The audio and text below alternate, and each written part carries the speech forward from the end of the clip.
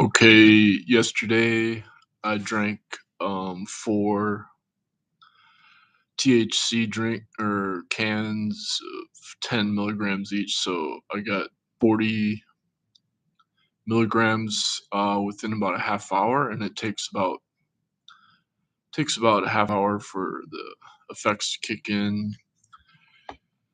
And I didn't expect anything because the last time I drank 4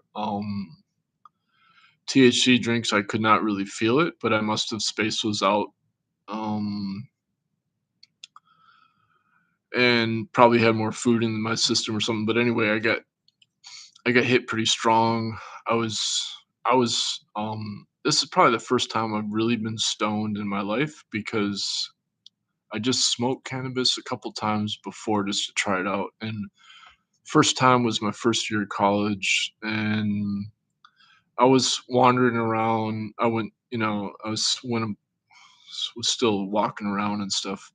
Second time was at when I lived in a housing cooperative, and I just had total inhibition, and then that kind of scared me having total inhibition of thought and stuff. So I didn't trust myself, so I just did it that once because I was doing some sort of unsafe behavior. Basically, I was playing with the lighter in the house, which obviously is not a good idea. And anyway, so yesterday I was in full lotus, nonstop. After I had finished the 4 drinks, I did not get out of full lotus for like 3 hours at least. So it was really, great in terms of it. I could feel the activation of the dopamine, opening up the like, the chi energy going deep in the brain. But I could also feel the prefrontal cortex. I did research on it, it cuts off the blood to the prefrontal cortex, which, obviously it puts you in a stupor, so makes you feel like you're basically passed out. And I actually did fall asleep. I was staying in full lotus, but was sleeping off and on and in a stupor, which I did not really enjoy. But on the other hand, I found it fascinating that I could feel like the all the blockages, like the sinus cavities in the deep brain, it's increases the brain to your dopamine channels in the center of your brain, so up where the pineal gland is and all that. And I mean, I could definitely feel a serious increase of energy, like blood flow, which is the yin chi. Excuse me.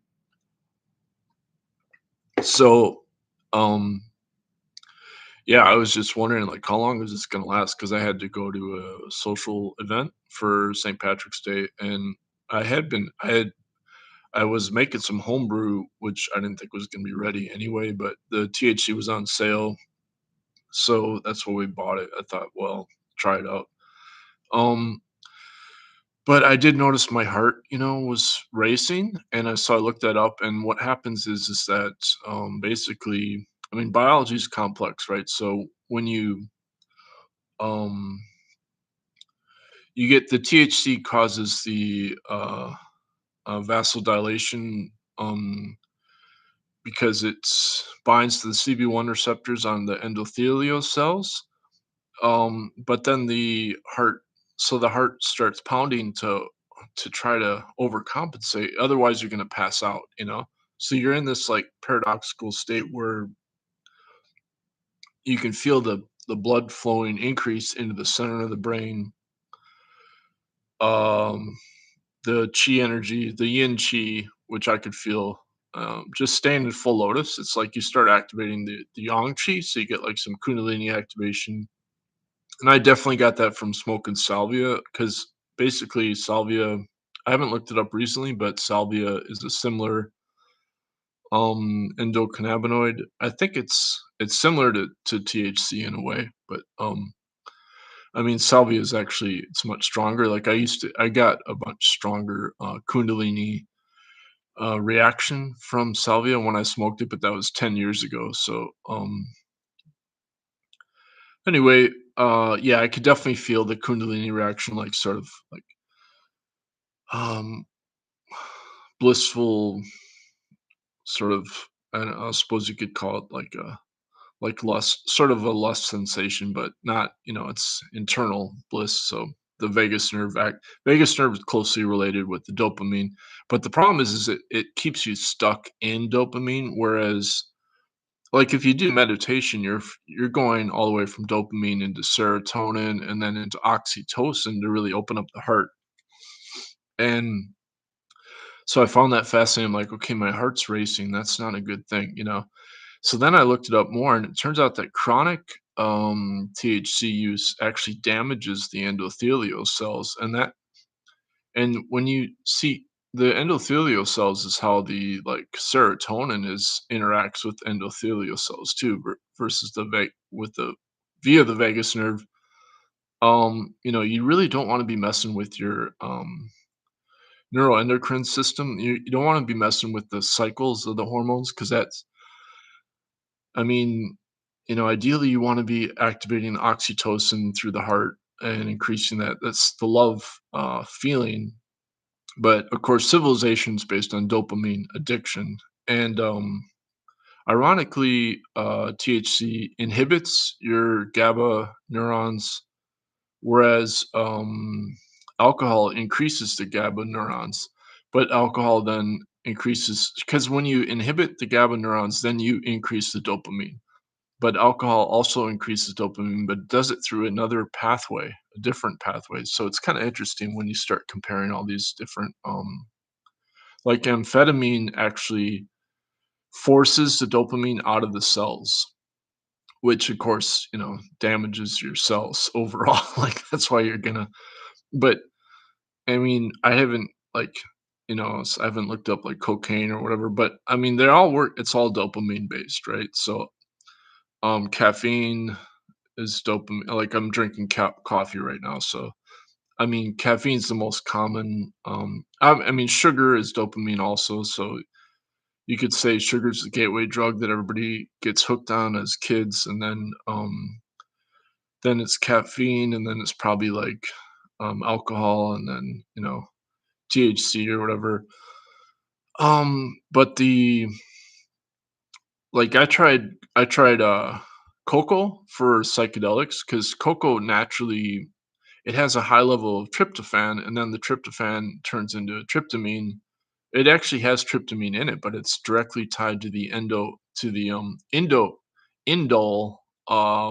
bacteria. And the indole bacteria is that musty smell in your of your from your backside, and it's a gut bacteria, and so it's like, yeah, I was having really trippy psychedelic dreams when I was doing like 3 tablespoons of cocoa every night, and just like hogging down the cocoa and enjoying these psychedelic dreams that were, they're vivid color and stream of consciousness, just like subconscious associations that were a lot of fun, but um sort of frenetic dreams.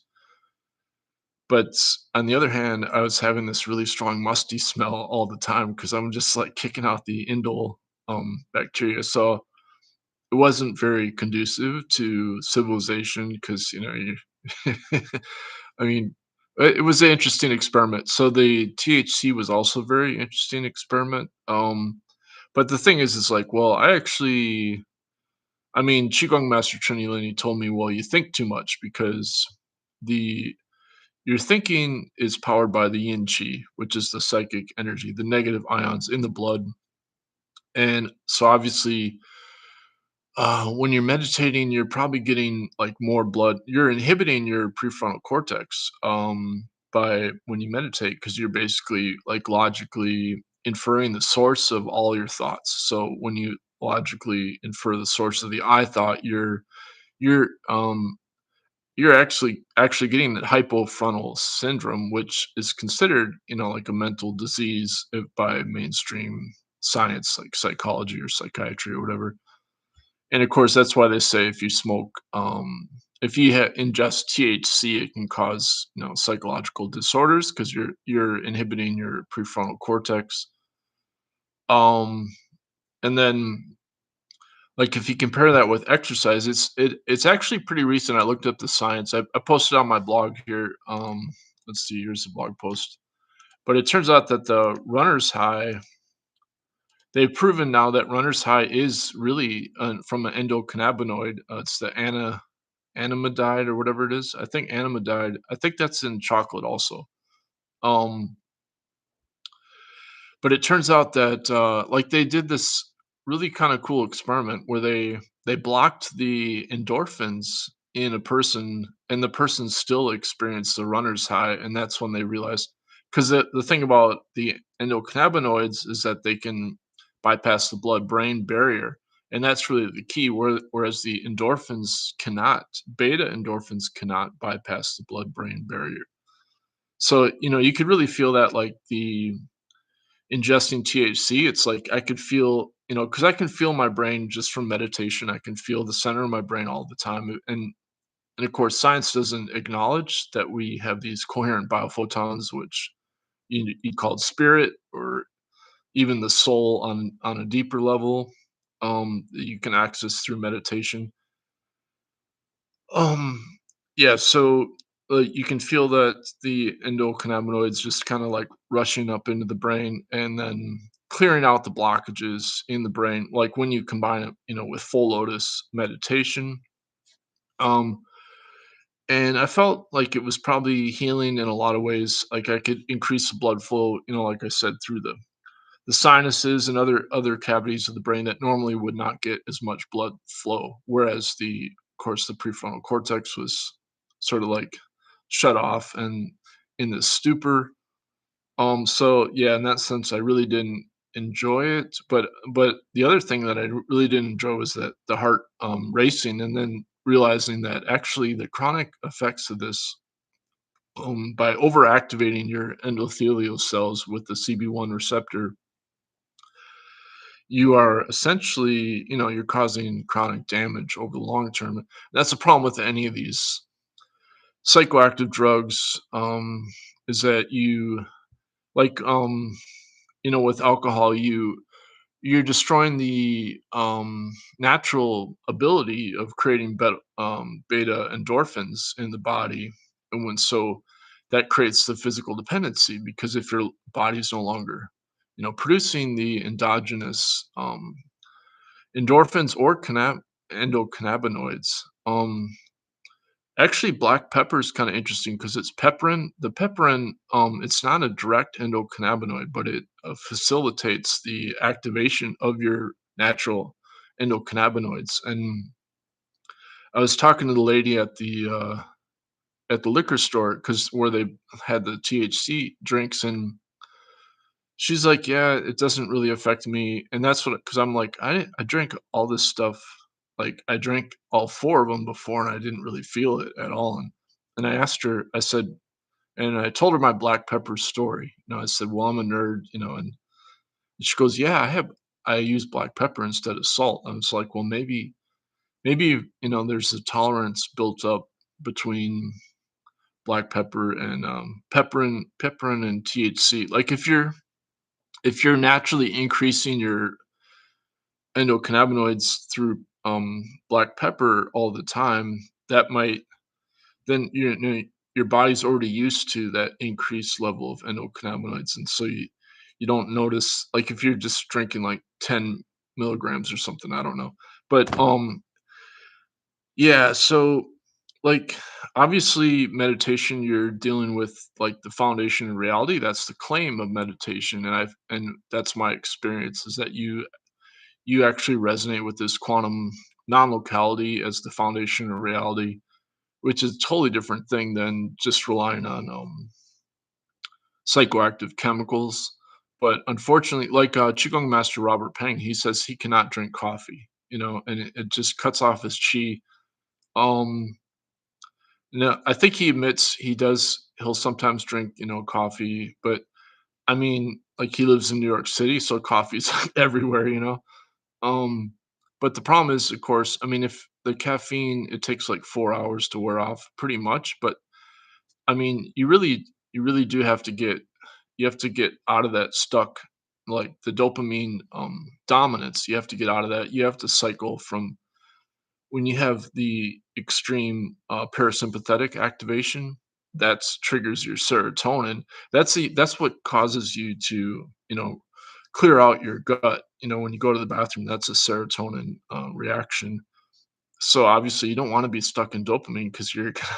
I mean, it's like they said, if you, I mean, it can mess up your digestion and your clearing out your gut and everything. I mean, you want to keep that cycle open. And then ideally, as you increase the serotonin, then it starts increasing oxytocin. And ideally, you want to convert the serotonin into oxytocin. And again, that's done through the meditation. And I think like the Kundalini energy, you're just taking it to a deeper parasympathetic level, and you're storing it through the potassium channels, like the electric eel. They've proven that that's a potassium to sodium. They've proven that that's a potassium to sodium ratio, and that's what stores up the charge in the lecithin in the brain. The lecithin is what myelinates the neurons in the brain, and then you're storing up that charge as a ion difference between the potassium and the sodium, and that's what enables an electric eel to have that shock. That you see the qigong, like qigong master Zhang Cheng. He says, "Well, I'm just like an electric eel." So I took him literally. I'm like, okay, well, how does an electric eel work? And it actually makes sense because that's what Andrea Puharich claimed also, is that you're increasing that potassium to sodium ratio.